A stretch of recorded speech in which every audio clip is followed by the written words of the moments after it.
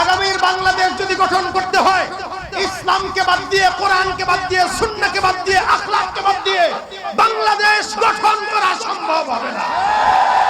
আগামীর দেশ হবে ইসলামের দেশ, আগামীর দেশ হবে শরীয়তের দেশ, আগামীর দেশ হবে খেলাফতের দেশ।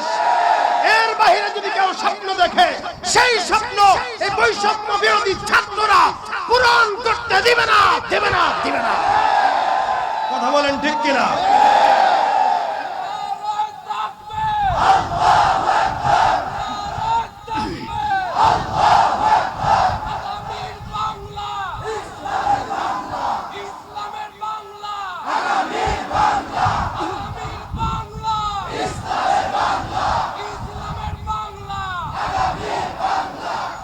কেউ দিল না, সবাই নিল, আমরা যে কলুর বলদ সারা বছর